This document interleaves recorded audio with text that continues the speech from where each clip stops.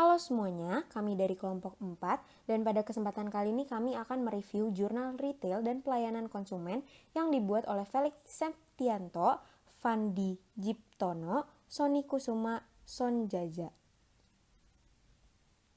Kelompok kami terdiri dari Fatima Tias Ageng, A dengan 3 digit NIM terakhir 139, Ahmad Baiki Akmal dengan 3 digit NIM terakhir 138, Muhammad Sabilul Firdaus dengan 3 digit NIM terakhir 036, Azizah Amira dengan 3 digit NIM terakhir 127, Gia Cinta Sheila dengan 3 digit NIM terakhir 120, dan Cut Natasha Syabila dengan 3 digit terakhir 156.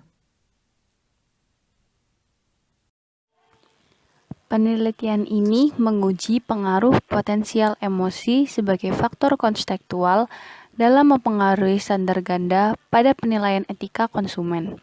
Studi ini dilatar belakangi oleh penelitian psikologi dan penelitian konsumen selama 2 dekade terakhir telah menetapkan peran emosi yang signifikan dalam penilaian dan keputusan konsumen.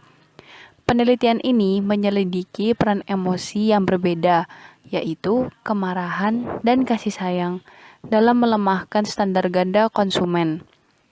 Kemarahan adalah keadaan emosional yang diakibatkan oleh persepsi tentang ingkar janji, permusuhan, dan ketidakadilan.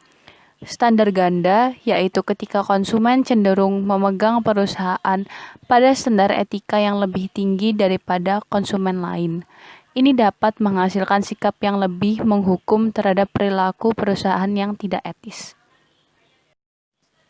Eksperimennya yaitu, subjek diminta membayangkan hotel lokal atau multinasional yang biasa mereka kunjungi.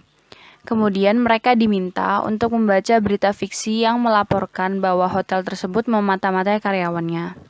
Sebelumnya, peserta diminta membaca narasi singkat untuk membangkitkan emosi tertentu.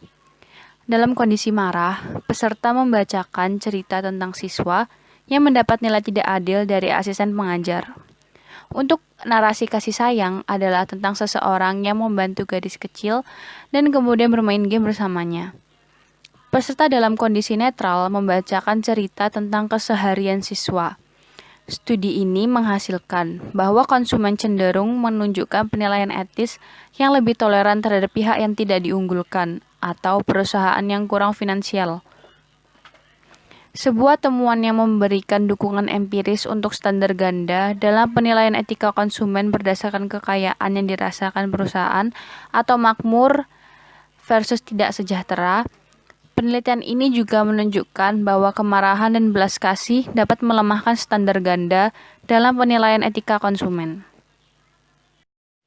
Secara khusus, setelah skandal perusahaan, kemarahan mengurangi kemungkinan pembelian kembali, sedangkan kasih sayang meningkatkan kemungkinan pembelian kembali. Efek ini dijelaskan oleh 2 mekanisme berbeda. Efek kemarahan dimediasi oleh keadilan yang dirasakan, sedangkan efek belas kasih dimediasi oleh pengampunan. Kesimpulannya, penelitian ini menawarkan pemahaman penting tentang cara emosi yang berbeda dan terpisah dapat mengurangi standar ganda konsumen. Review teori. Kerangka teori pada jurnal ini menyatakan bahwa emosi telah berkembang sebagai sarana bagi individu untuk secara efektif mengkoordinasi tanggapan mereka untuk beradaptasi dan bertahan hidup di lingkungan. Dengan demikian, emosi berfungsi sebagai isyarat internal untuk mengaktifkan motif pendukung yang berbeda dan respon psikologis. Misalnya, rasa jijik mengaktifkan penghindaran ketika individu terkena makanan busuk. Sedangkan ketakutan memicu perlindungan diri ketika individu menghadapi bahaya dan situasi yang mengancam. Dalam domain moral dan etika, menurut Horberg, emosi dapat berfungsi sebagai penguat moral, sehingga mengaktifkan masalah sosial moral yang berbeda. Secara khusus, kemarahan muncul ketika individu menyaksikan ataupun mengalami situasi yang tidak adil, dan situasi tersebut ditujukan kepada diri mereka sendiri atau orang lain.